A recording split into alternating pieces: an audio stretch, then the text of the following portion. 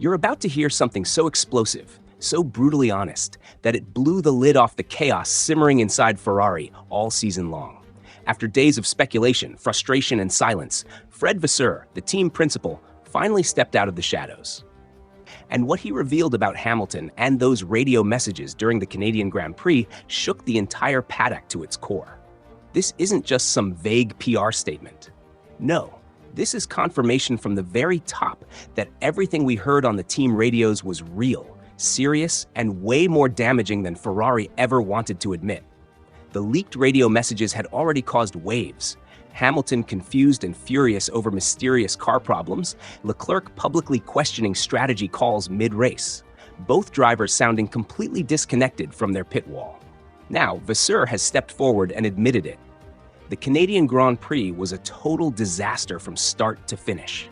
It began with Leclerc's crash in the first free practice, spiraled through a disastrous qualifying session, carried on with damage to the car, and ended with bad strategic calls on race day. The whole weekend was a perfect storm of errors. But here's the kicker. Vasseur didn't try to sugarcoat anything. He openly admitted mistakes, acknowledged communication breakdowns, and pointed to the pressure that's been building, not just in the garage, but within Ferrari's very culture of running races. His words confirmed what fans and insiders had been whispering for weeks. The atmosphere inside Ferrari is tense, reactive, unstable. Vasseur even said the team is making too many mistakes. The drivers are under too much pressure, and calm is desperately needed. But with Hamilton and Leclerc now openly frustrated, that calm feels farther away than ever. So what exactly did Vasseur reveal? How bad is the internal situation at Ferrari? What's the full story behind those shocking radio messages? And can this team even recover before the season slips through their fingers? Make sure you hit that like button, subscribe, and stay with me till the end. Because what you're about to find out about Vasseur, Hamilton, and Ferrari's meltdown in Canada changes everything. The chaos that exploded on race day had been quietly building all weekend. It started with a crucial setback. Charles Leclerc crashing in the first free practice, leaving Ferrari with just one car to gather data for a team desperately trying to challenge Red Bull and McLaren at the top. This wasn't just a hiccup, it was a strategic nightmare, and it didn't get any better from there. On Saturday, during Q3, Leclerc was flying, setting the fastest time in Sector 1.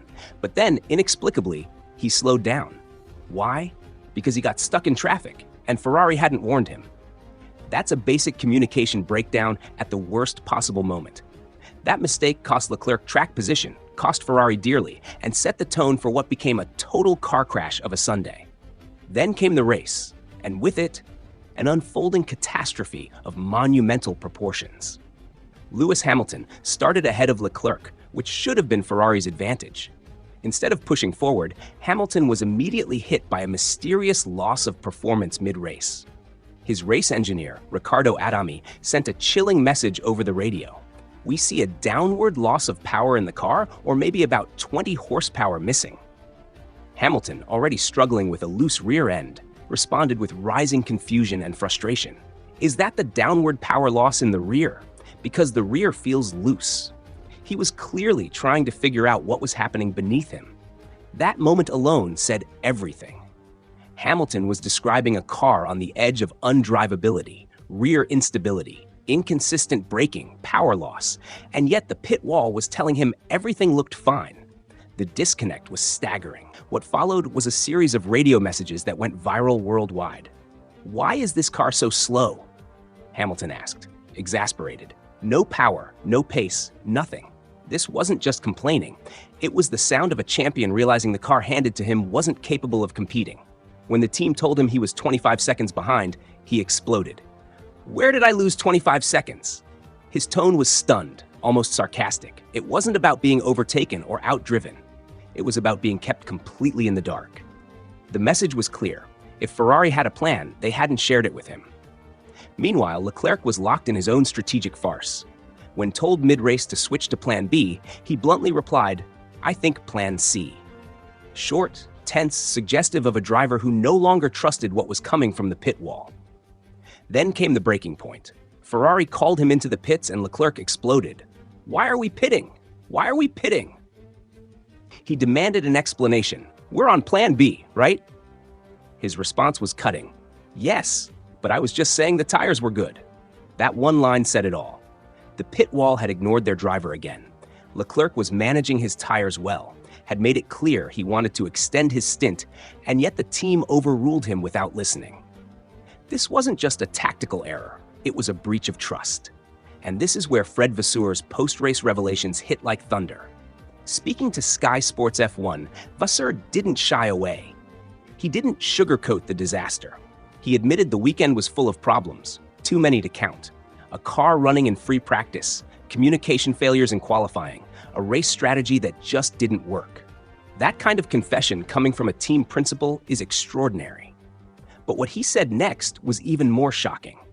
Asked about the pit stop strategy, Vasseur said, "Maybe a one-stop strategy could have worked, but we didn't know the possible lifespan of the medium tires."